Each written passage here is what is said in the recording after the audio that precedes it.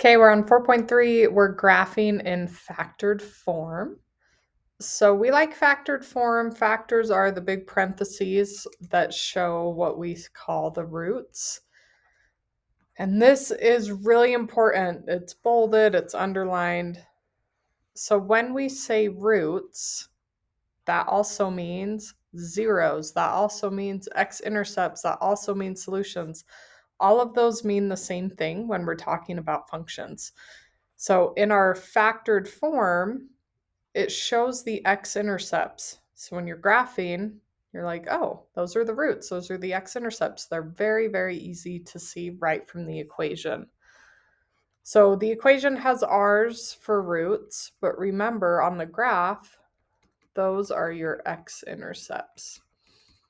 And then this a value right here, that determines the stretch, which we've seen in our other forms. That a is the same in vertex form, standard form. It doesn't change. So I have a graph here. Here's my x-axis. It's kind of up higher, but here's 0, 0. Here's our x-axis. Here's our y-axis. So I can see my x-intercepts are right here. That is at -2. And that is at +4. So if I look at my factored form,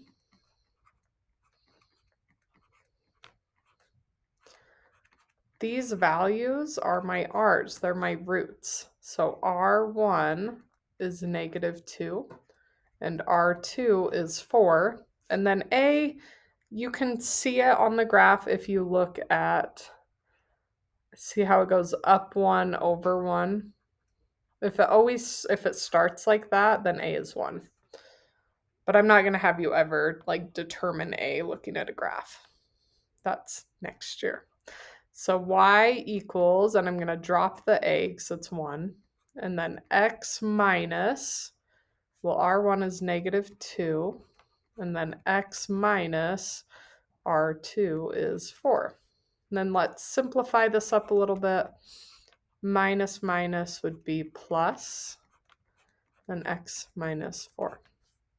So notice when I'm just looking at this function, this equation, +2 minus 4, I can take the opposites of those, so -2, +4, and those are my roots. So like I said, we really like factored form because it's really easy to see what's going on the graph. Okay, so I'm going to draw a little number line here with our x-axis. So I have -2, -1, 0, 1, 2, 3, 4. So if I look at the distance between these, that's 1, 2, 3, 4, 5, 6 units. And I want to look at halfway. So if I take 6 divided by 2, I get 3. So let's count. 1, 2, 3. 1, 2, 3. This is the middle. So this is where the vertex of the graph is and the axis of symmetry. X equals 1.